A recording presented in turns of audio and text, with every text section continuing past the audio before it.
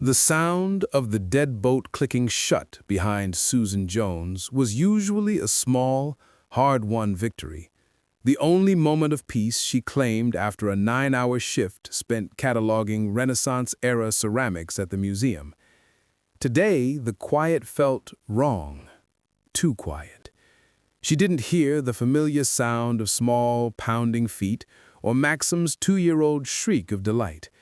Susan, an art historian whose refined features were currently drawn tight with exhaustion, dropped her briefcase and immediately felt the prickle of ice down her spine. The small, subsidized apartment in the Lower East Side was her fortress, bought with her carefully hoarded divorce settlement, her one sanctuary from the shadow of Nikolai Rostova.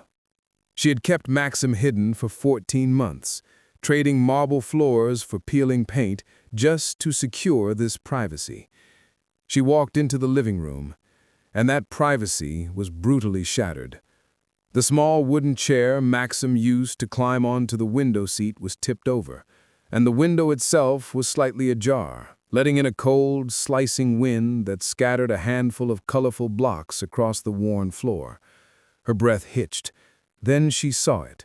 A small blue wool-knit boot, the one Maxim always insisted on wearing, lying innocently next to a discarded picture book. It was too pristine, too isolated. It was an intentional sign. Maxim wasn't hiding, he was gone. The professional detachment she used to navigate the world vanished, replaced by a cold, desperate clarity. They hadn't come for her, they had come for the leverage. The police were useless against the power that took him. Her hand automatically went to the emergency burner phone tucked deep inside her briefcase, the phone she swore she would burn before ever dialing Nikolai's number again. Her only choice was to break the one rule that had kept her alive. She had to call the devil himself. Susan's hands trembled as she moved through the apartment. The kitchen showed signs of hasty exit. Maxim's sippy cup still on the counter, half filled with apple juice, his stuffed elephant abandoned on the couch. In the bathroom, she found Mrs. Chen tied to the radiator with professional zip ties and duct tape across her mouth. Susan ripped the tape free. 3 men, black masks. They came through the window like ghosts. They knew his name, Susan. They called him Maxim Nikolaevich Rostov. They knew exactly who they came for. The use of the patronymic made Susan's blood freeze. These weren't random criminals. They were operatives from Nikolai's world. On the kitchen counter sat a silver chess piece, a king lying on his side, 19th century Russian silver. A message for Nikolai. Susan helped Mrs. Chen to the couch, then pulled out the burner phone with shaking hands. She'd memorized the number 14 months ago, the day she walked away from the marble mansion. Her thumb hovered over the call button. Once she pressed it, the walls between her quiet life and his violent empire would crumble. But Maxim's face flashed in her mind, his bright laugh, the way he grabbed her finger every morning. She pressed call. 3,000 miles away in Vancouver, Nikolai Rostova sat at a mahogany conference table negotiating a $40 million shipping agreement. Rain streaked the windows as 6 powerful men watched him work. The Pakhan didn't take unscheduled calls during business, but he'd programmed one number with a specific vibration pattern, a pattern he'd felt 0 times in 14 months. Until now. Every man at the table noticed the way his jaw tightened, the way his gray eyes went lethal. He answered without excusing himself. Susan, they took him. Maxim is gone. 3 professionals, masked, they knew his full name. They left your calling card, a silver chess king. The pen in his hand snapped. When? Less than an hour ago. They were professionals, Nikolai. You kept my son in that rat-infested neighborhood for 14 months, and now you call me? His voice was dangerously quiet. You chose poverty over protection. You made him a target. Susan's voice cracked. I made him invisible. Someone in your world found him anyway. The logic hit him hard because she was right. He stood abruptly. Stay there, touch nothing, don't call the police. I'll be there in 6 hours. And Susan, if anything happens to my son because of your stubborn independence, there won't be a corner of this earth where you can hide from me. The line went dead. If you can't stand people who blame victims for the crimes committed against them, hit that subscribe button and let me know in the comments. Type, "Nobody deserves that," because what happened next only got worse. Nikolai's Gulfstream touched down at Teterboro 5 hours and 47 minutes later. He'd spent the flight coordinating, laptop open, 3 phones rotating, mobilizing 30 men across New York. Susan watched from her window as black SUVs pulled up like warships. When Nikolai emerged, he brought winter with him.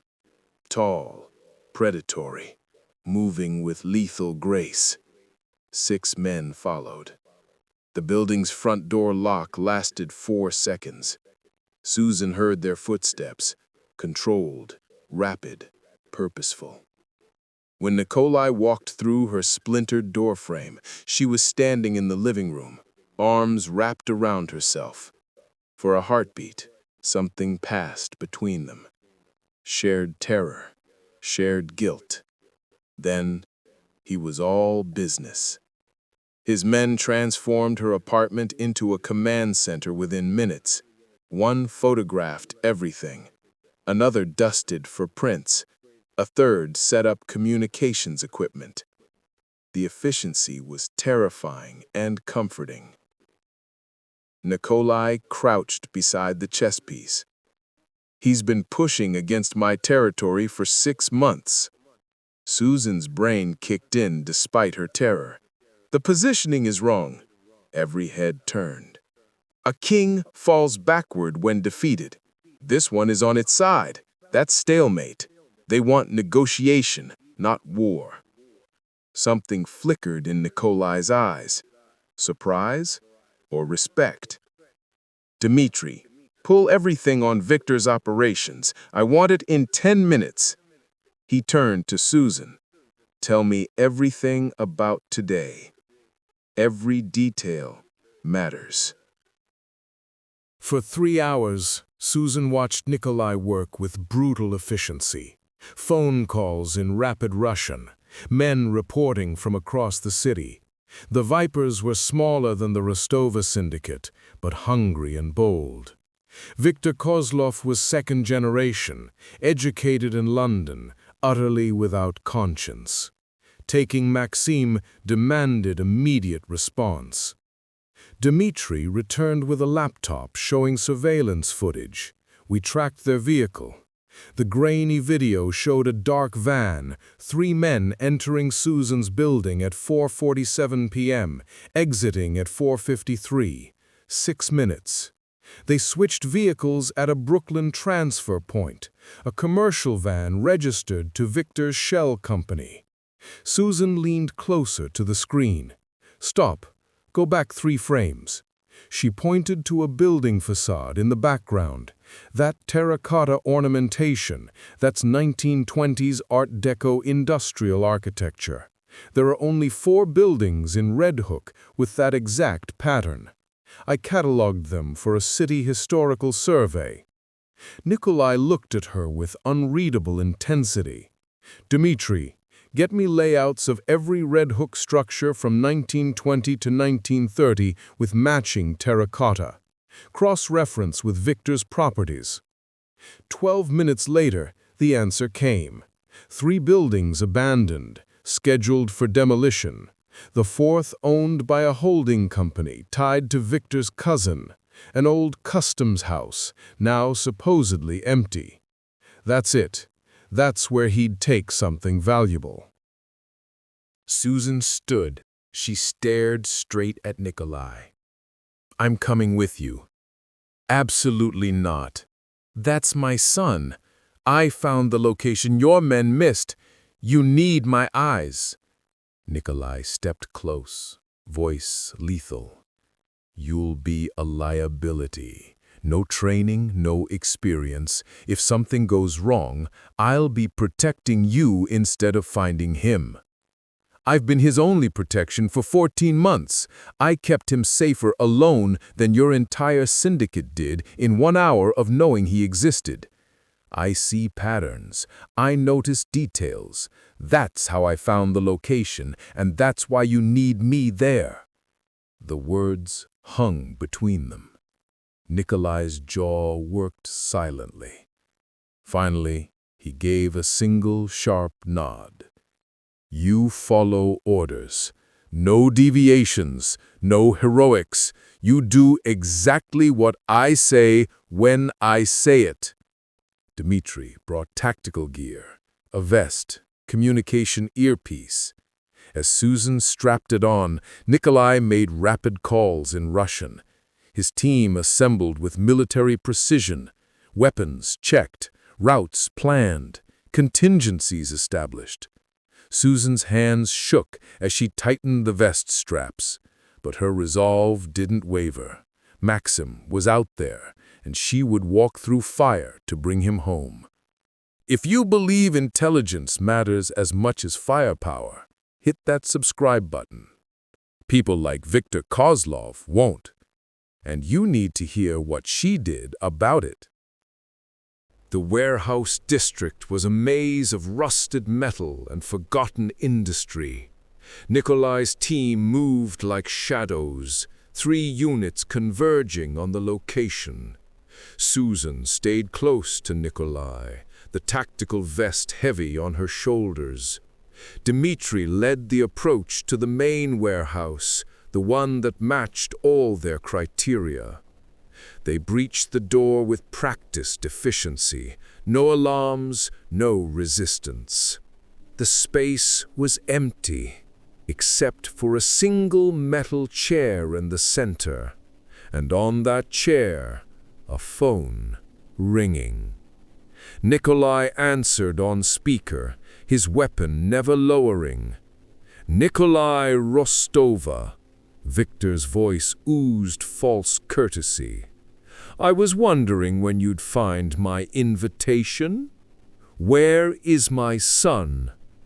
Safe, comfortable, playing with toys. I'm not a monster." But Susan was watching Dmitri, and something felt wrong. The lieutenant's hand moved to his pocket, pressing something, a signal. Her blood ran cold. "Nikolai," she whispered urgently, gripping his arm. "Dmitri just activated something. His hand." Nikolai's gun swung toward his lieutenant in one fluid motion. "Show me your hands, now." Dmitri's loyal expression transformed to venomous hatred. Victor pays better than loyalty. His hand moved toward his weapon. The gunshot was deafening. Dmitri fell, clutching his shoulder. Nikolai's men secured him instantly, weapons trained. "Where is my son?" Nikolai repeated, his voice colder than Susan had ever heard. Dmitri laughed through pain. "You'll never find him without me. Victor has him in a place you'll never—" Susan crouched beside him, her voice ice-cold and analytical. The chess piece wasn't just a message. It was a clue. That silver piece is 19th century Russian antique, worth thousands. Victor collects valuable objects. He wouldn't use it unless he was nearby, somewhere he could retrieve it later. And you just confirmed the Red Hook location by trying to lead us to the wrong warehouse first. Dmitri's expression cracked. Nikolai saw the opening and pressed, his interrogation techniques honed over decades, brutal and efficient. Within 2 minutes, Dmitri broke. "The old customs house, 2 blocks east. Victor's personal sanctuary, the place he kept his most valuable acquisitions. Not the main warehouse, the smaller building they'd dismissed. Nikolai made a call, redirecting his teams. Then he looked at Susan with something that might have been admiration. You see patterns. Always have. Let's go get our son. The sight of her son nearly broke Susan's composure. Her breath hitched, tears burning her eyes. Nikolai's hand on her shoulder was surprisingly gentle. When we move, you run straight to that room. Don't stop, don't look at anything else. Just get to Maxim and get down behind cover. The assault was controlled chaos. Nikolai's men breached through 2 entry points simultaneously. Flashbangs, shouting in Russian, gunfire erupted, sharp and shockingly loud. Susan ran the moment Nikolai moved, her legs carrying her through smoke and noise toward that interior room. The woman guard stood, reaching for a weapon, but Susan was faster, pure maternal fury overriding fear. She grabbed a heavy glass paperweight from a desk and swung it with desperate force, connecting with the woman's temple. The guard crumpled. Susan scooped up Maxim, who started crying at the noise. "Mama's here, baby. Mama's got you." She crouched behind an overturned desk, shielding his small body with her own, one hand over his ear, pressing his other ear against her chest. Through the doorway, she watched Nikolai move like violence incarnate, efficient, unstoppable, terrifying. Within 90 seconds, it was over. 4 guards down, none dead but thoroughly incapacitated. Victor himself was dragged out from a back office by Nikolai's men, his expensive suit torn, his face bloodied, his arrogance finally shattered. 24 hours later, Susan sat in a penthouse apartment she didn't recognize, watching Maxim sleep peacefully in a bedroom with security systems worth more than her annual salary. Bulletproof windows, reinforced walls, armed guards at every entrance. The child who'd been playing with blocks in a kidnapper's warehouse now slept surrounded by stuffed animals in a room that looked like something from a luxury magazine. Nikolai entered carrying 2 glasses of whiskey. He handed her one without asking. She took it. "Victor won't be a problem," he said quietly. "Neither will anyone else who knows about Maxim. The message has been sent throughout every organization in the city." Susan didn't ask what he meant. Some things were better left as implications. "I can't go back to that apartment," she said, staring at the amber liquor. "No. But I can't live fully in your world either. I can't live in a cage, even a gilded one." Nikolai sat across from her, and for the first time since she'd called him, she saw exhaustion in his eyes that matched her own. "My world found him in yours, Susan. Your independence made you both vulnerable, but your mind saved him. You saw patterns my trained operatives missed. You decoded messages. You noticed the traitor. Without you, I would have stormed the wrong location." "So what now?" Susan asked, meeting his gaze directly. "Joint custody. Here, where I can protect him with everything I have. You continue your work at the museum. I know that matters to you, but you live in a secured location I control. You have your freedom to work, to live your life, but you accept protection. And more than that, you become my partner in keeping him safe. Not my subordinate, my equal in this." Susan looked at her son sleeping through the open bedroom door. "Partners. If I see something wrong in your methods, I speak up. If I disagree with the decision, we discuss it." "Agreed." and Maxim gets as normal a childhood as possible under the circumstances. Nikolai's smile was grim. He's the son of a pecan. Normal isn't in his future, but safe is, loved is, protected is.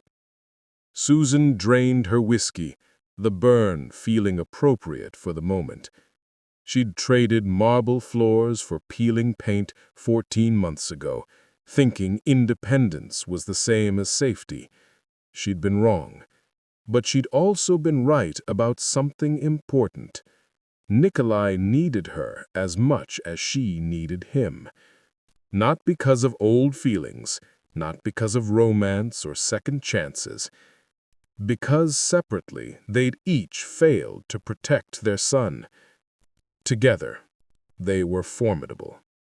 "Then we have a deal," she said, extending her hand formally. Nikolai took it, his grip firm. Neither of them mentioned love. That ship had sailed and sunk long ago, taking their marriage with it. But shared trauma and shared blood created bonds stronger than romance ever could. They were bound now, permanently and irrevocably, by the tiny person sleeping in the next room. The person they both would kill for without hesitation. The person that had made them, against all odds and logic, a family again. Just not the kind that any parenting book would recognize. And somehow, in this dangerous world they both inhabited, that was exactly what Maxim needed to survive.